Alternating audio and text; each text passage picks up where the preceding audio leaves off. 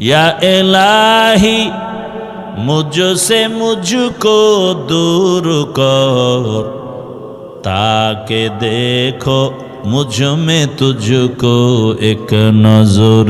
या इलाही तू मेरा माबूद है, या इलाही तू मेरा माशूक है।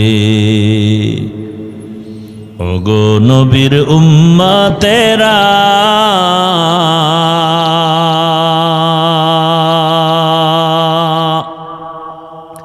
होए আজি দিশাহারা,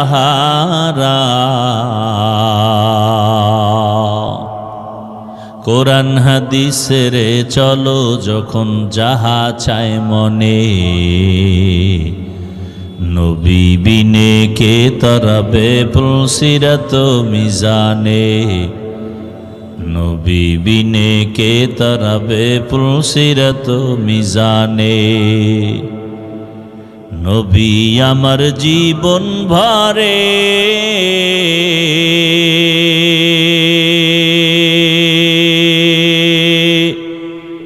দিনের লাগি কষ্ট করে,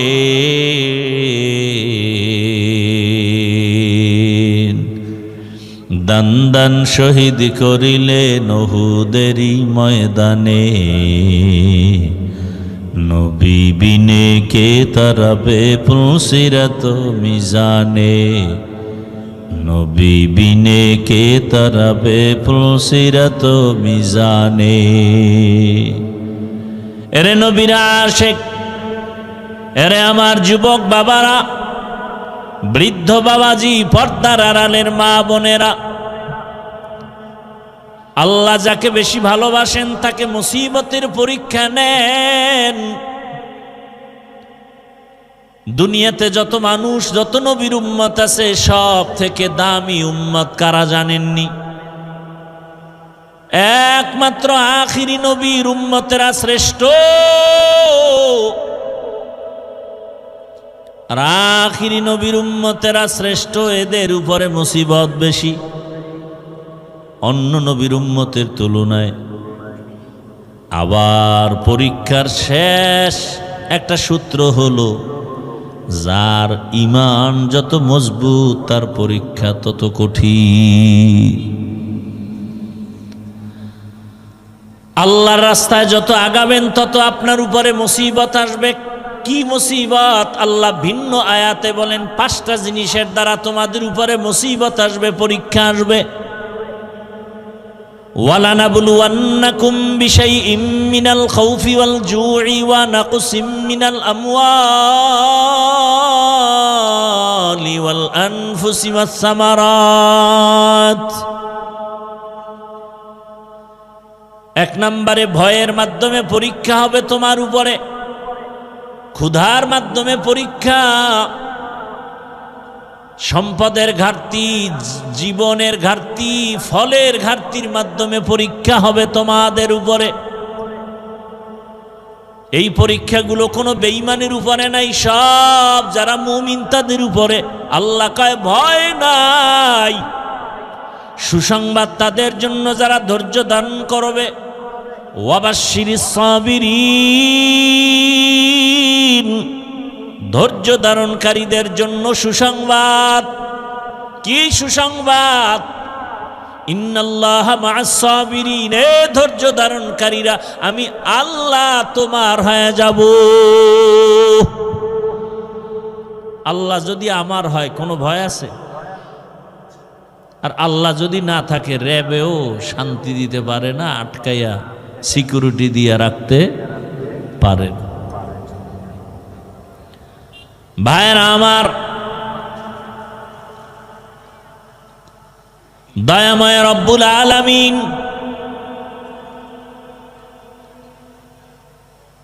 পাঁচটা জিনিসের দ্বারা পরীক্ষা নিবেন ধৈর্যের মাধ্যমে।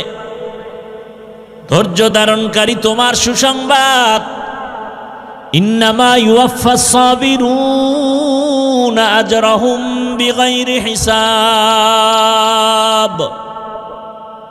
ধৈর্য ধারণকারীরা তোমরা সুসংবাদ নাও, পরকালে আমি আল্লাহ তোমাদের বিনা হিসাবে জান্নাত দিয়া দিব। জান্নাত চাইনি, এই আল্লাহর বান্দারা, জান্নাত চাইনি হিসাব দিয়া না হিসাব ছাড়া? আল্লাহ কবুল করেন। বেহেশত আজা কে আজারে নবাশত কসে রাবা কসে কারে নবাশত। আল্লাহ তাআলা পরীক্ষা করেন যাকে বেশি ভালোবাসেন। এবার আপনারা আমাকে একটু জবাব দেন, আল্লাহ কি নামাজিকে বেশি ভালোবাসেন না বেনামাজিকে ভালোবাসেন? অতএব নামাজির উপরে মুসিবত বেশি আসবে। নবীজি অন্য এক হাদিসে বলেন, আদ-দুনিয়া সিজনুল মুমিন ওয়া জান্নাতুল কাফির। দুনিয়াটা মুমিনদের জন্য জেলখানা, জাহান্নামের মতো, বেঈমানের জন্য বালাখানা, জান্নাতের মতো শান্তি। দুনিয়াটা মুমিনের জন্য মুসিবতের ঘর, বেঈমানের জন্য আরামের ঘর। যত শান্তি বেঈমানেরা দুনিয়ায় পাবে, পরকালে কিছুই নাই। আর মুমিন যারা ঈমানওয়ালা, এদের জন্য দুনিয়ায় কষ্ট, পরকালে বিনিময়ে শান্তির ঠিকানা জান্নাত। বেঈমান জান্নাত পাবে না। আল্লাহ তাআলা পরীক্ষা করবেন, তাকে বেশি ভালোবাসেন তাকেই। নামাজিওয়ালাকে আল্লাহ বেশি ভালোবাসেন, পর্দা করনেওয়ালাকে আল্লাহ বেশি ভালোবাসেন, সুন্নতের আমল করনেওয়ালাকে আল্লাহ বেশি ভালোবাসেন। আল্লাহ তাআলা বলেন, ইয়া আইয়ুহাল্লাযীনা আমানুস্তাঈনু বিস-সাবরি ওয়াস-সালাহ। ও মুমিন, ধৈর্য ধারণ করতে পারো না, ভালোবাসার স্কেলেও যেতে পারো না। তুমি যদি জান্নাত পেতে চাও, আল্লাহর পরীক্ষায় পাশ করতে হবে। পাশ করতে হলে ধৈর্য ধারণ করা লাগবে। তবে এই ধৈর্যের জন্য তুমি যদি সাহায্য না পাও চলবে না। আর সাহায্য প্রার্থনা তুমি করো, আমি আল্লাহর কাছে সাহায্য প্রার্থনা করো। সাহায্য চাইতেই হবে, নিতেই হবে, না হয় চলা যাবে না। দুনিয়ার নাইলেও অন্যের সাহায্য না থাকলে চলা যায় না। আখিরাতের লাইনেও অন্যের সহযোগিতা, সাহায্য না থাকলে চলা যায় না। দুনিয়াতে আপনি এখান থেকে যদি সাতক্ষীরা যেতে চান, পায়ে হেঁটে যাবেন না মাধ্যম আছে গাড়ি? গাড়ি লাগবে না?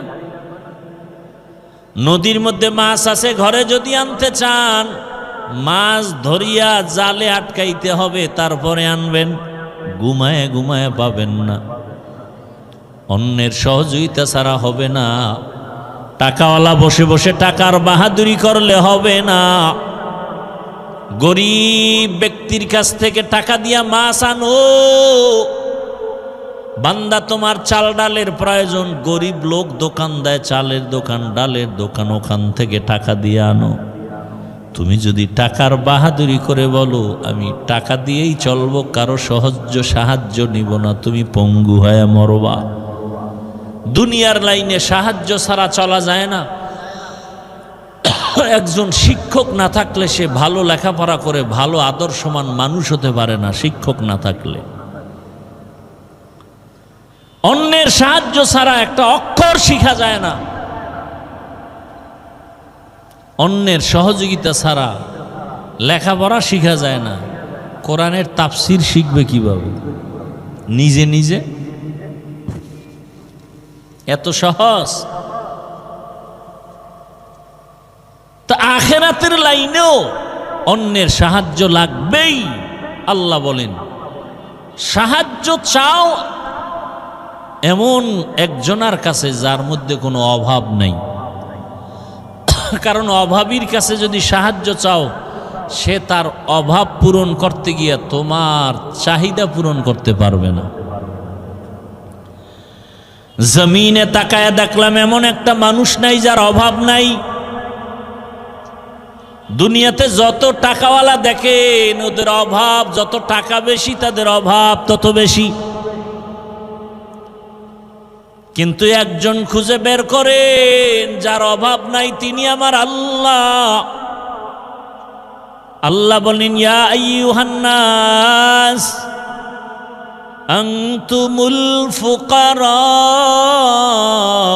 ইলাল্লাহ ওয়াল্লাহু হুয়াল গানিয়্যুল হামিদ।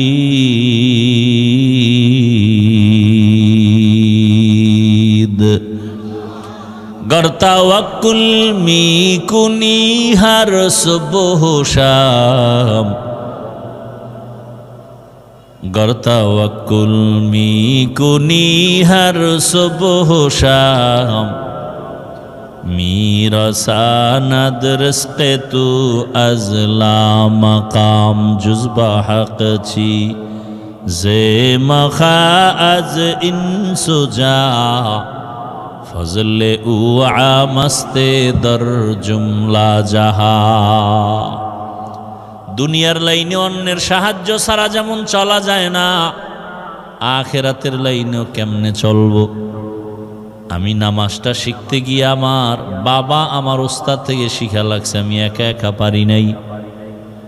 আমার ওস্তাদ আবার আর একজন আলেম থেকে শিখছেন। এভাবে শিখতে শিখতে সাহাবাদের থেকে রহমতুল্লিল আলামিন নবীজি বলেন, সল্লু রাআইতুমুনি উসাল্লি, নামাজ আদায় করো হে সাহাবায়ে কেরাম, আমাকে যেমন আদায় করতে দেখো। আখিরাতের লাইনে অন্যের সাহায্য ছাড়া চলা যাবে না। জান্নাতের পথে যদি আগাইতে চান, ওই পথ বড় কঠিন। দুনিয়ার লাইন পারায়া জান্নাতে যেতে হবে। জান্নাতে যাওয়ার জন্য দুনিয়ার পথ পারাইতে গিয়া মুসিবত। দুনিয়ার পরিবেশটা ভালো না। ডানে তাকাইলে গুনাহ, বামে তাকাইলে গুনাহ, সামনে তাকাইলে গুনাহ, পেছনে তাকাইলে গুনাহ, ঘরের বাহিরে গুনাহ, ভেতরে গুনাহ। এখন তো অটো গুনাহ, নিজের হাতের মোবাইলের দ্বারা গুনাহ আর গুনাহ চলে। মোবাইলে সারা দিন রাত্র যা দেখি, নামাজের মধ্যে তা স্মরণ করি।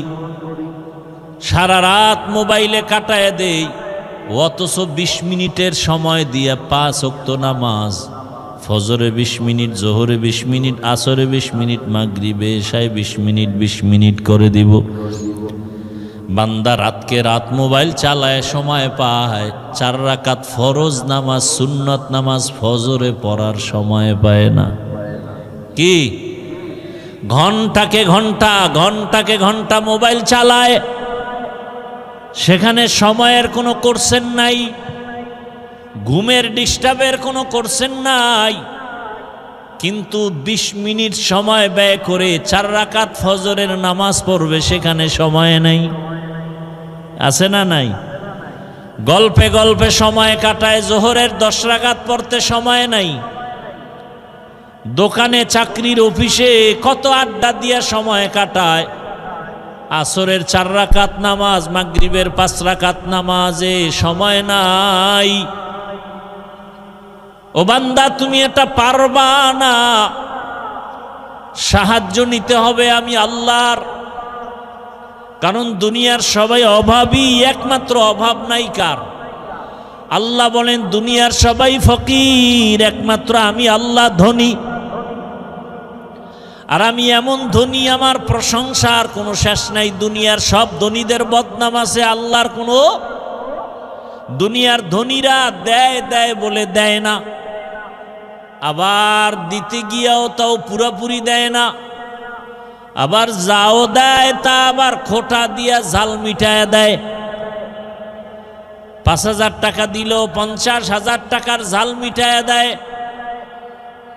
বলে আরে আমি অমুকে আমার টাকায় চলে, মসজিদ আমার টাকায়, ওয়াজ মাহফিল আমার টাকায়। এইভাবে করে করে আবার জাল মিটাইয়া দেয়। আল্লাহ কয় আমি কারো খোটাও দেই না, এবং আমি আল্লাহ দিব দিব বলে দরজা বন্ধ করি না। ওয়া ইযা সাআলাকা ইবাদি আন্নী ফাইন্নী করিব উজিবু দাওয়াতাদ দাঈ ইযা দাআন ফালইস্তাজিবু লি ওয়াল ইউমিনু বি লাআল্লাহুম ইয়ারশুদুন। ওয়া ইযা সাআলাকা আন্নী ইবাদি, বান্দা যখন আমার কাছে প্রশ্ন করে, চায়, আল্লাহ কয় বান্দা তুই কই খুঁজো, আমি তো তোর কাছেই। ফাইন্নী করিব, তুমি যখন আমাকে ডাকো আমি ডাকার সাথে সাথে জবাব দিই। অতি গভীর হয় রজনী যখন, নীরবে প্রভুর নাম জপিও তখন। প্রভুর করুণা যদি পাইবারে চাও, গভীর রাতে উঠে প্রভুর গুণগান গাও। এরে আমার আল্লাহর বান্দারা ও যুবক বাবারা, যৌবনের বাহাদুরি করতে গিয়া কত গুনাহ করছো। যৌবনের বাহাদুরি করতে গিয়া মনে চাইছে নামাজ পড়বা না, পড়ো নাই। যৌবনের বাহাদুরি করতে গিয়া মনের আশা পূরণ করছো, মনে চাইছে গান শুনবা, শুনছো, বাধা মানো নাই। যৌবনের বাহাদুরি করতে গিয়া কত গুনার প্যান্ডেলে, নারীদের নাচ গানের প্যান্ডেলে দৌড়াইছো, কারো বাধা মানো নাই।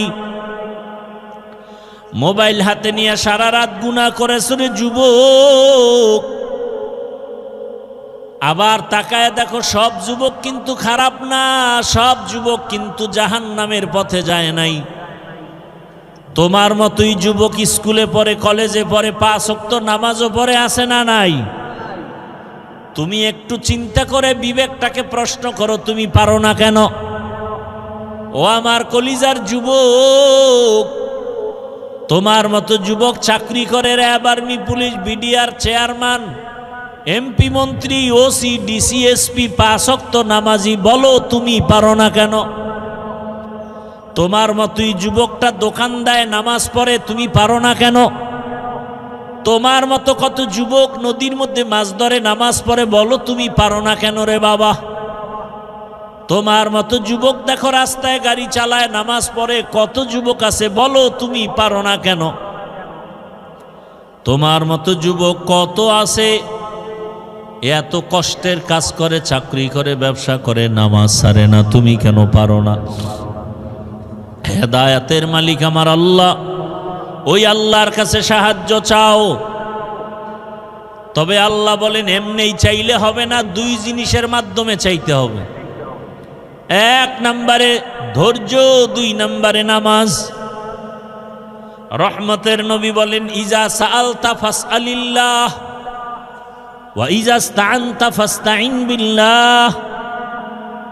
যদি সাহায্য চাও কার কাছে? কার কাছে? আল্লাহর কাছে সাহায্য চাও। আল্লাহর কাছে যারা চাইছেন আল্লাহ তাদেরকে দিয়ে দিছেন। অহংকারী আর বাহাদুরি করবা না।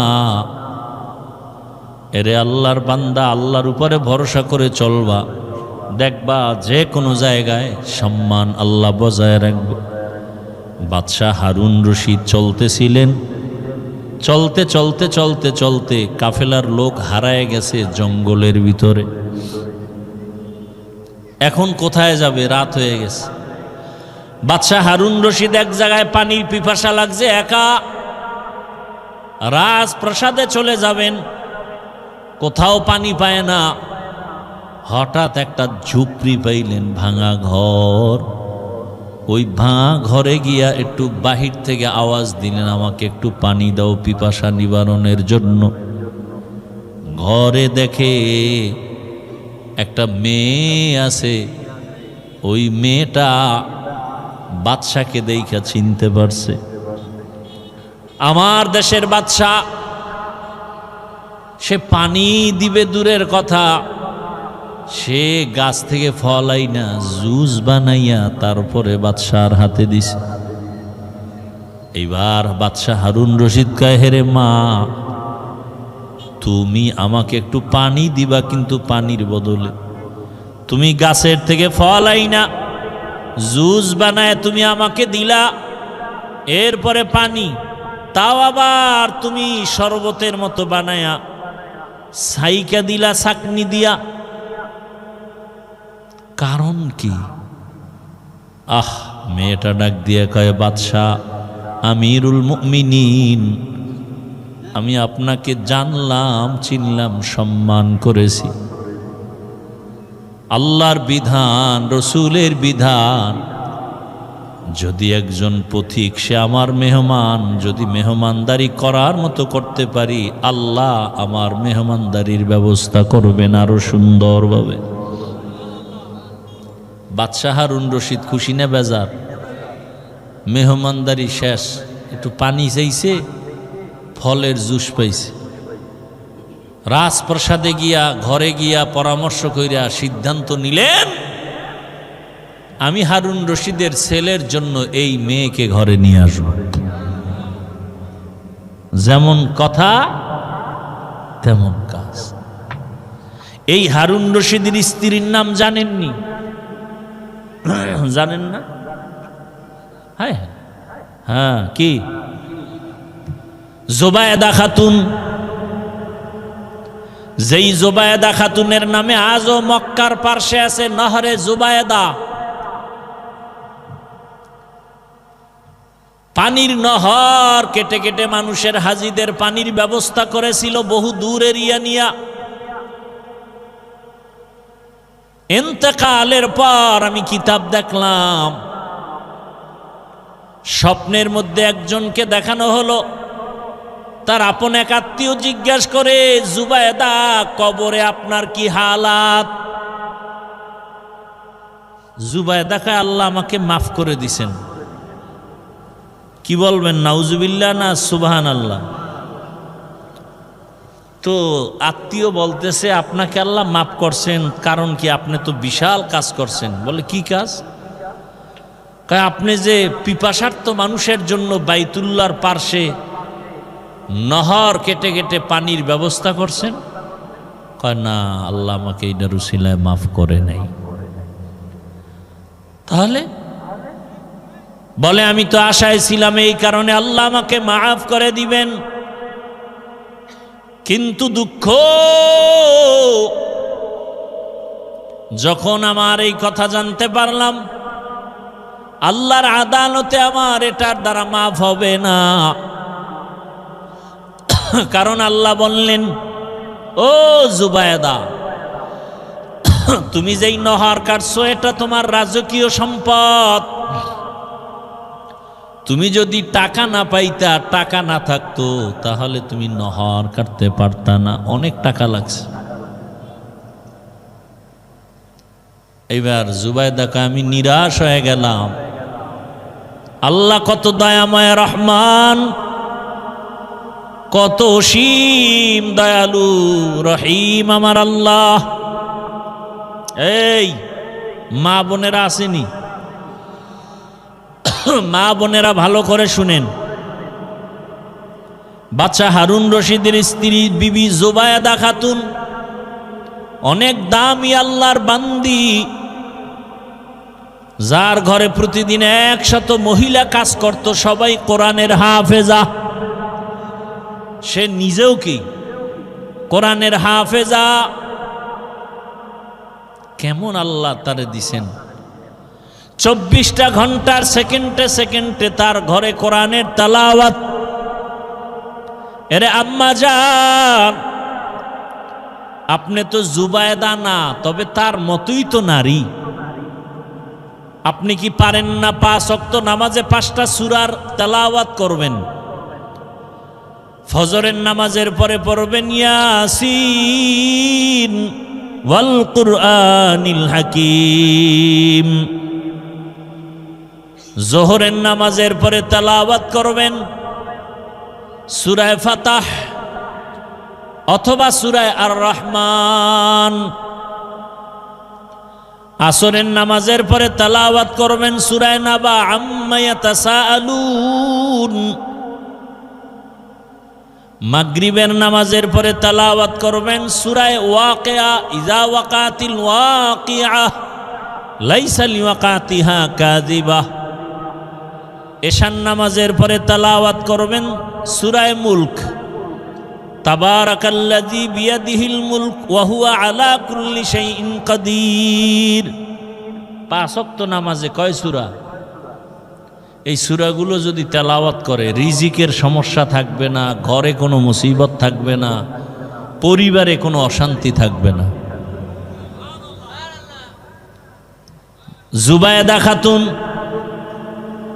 এ তো 5 ওয়াক্তে 5টা সূরা, আর জুবায়েদার ঘরে 24 ঘন্টা কোরআন তেলাওয়াত।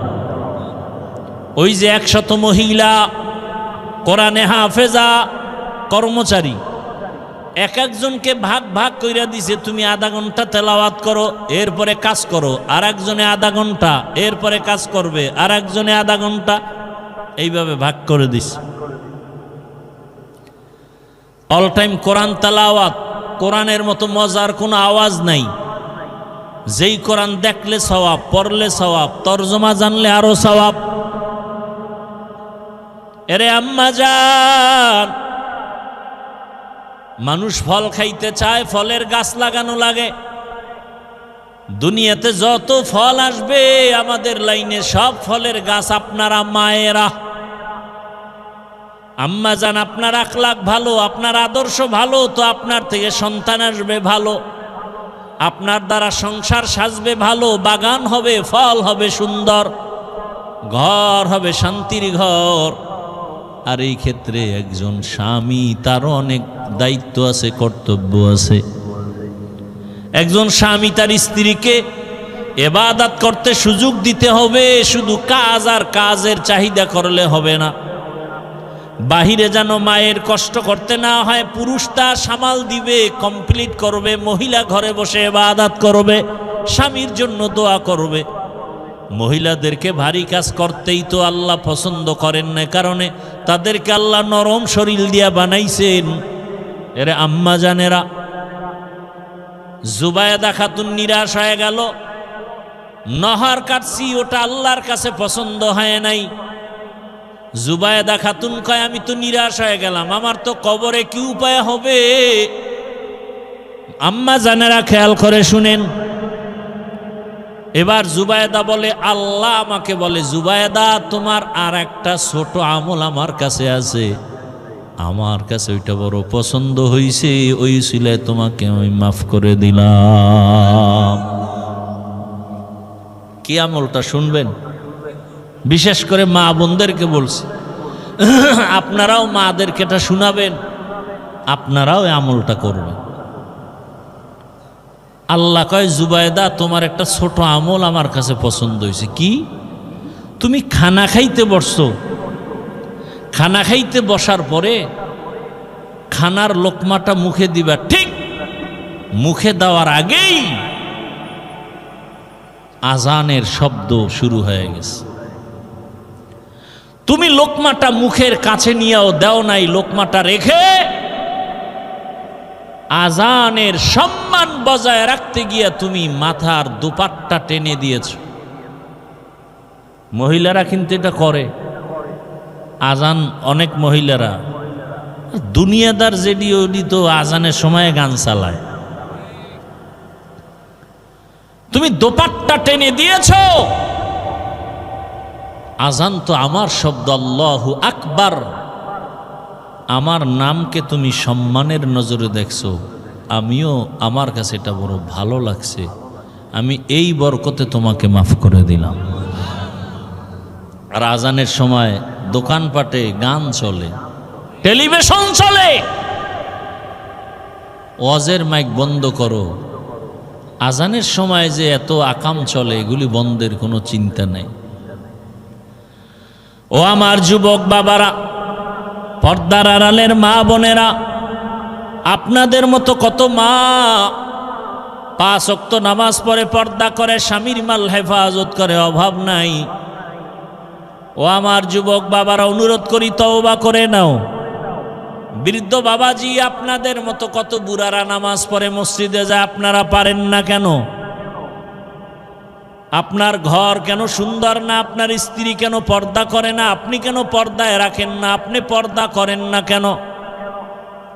আপনি তো একজন ঘরের দায়িত্বশীল গার্ডিয়ান।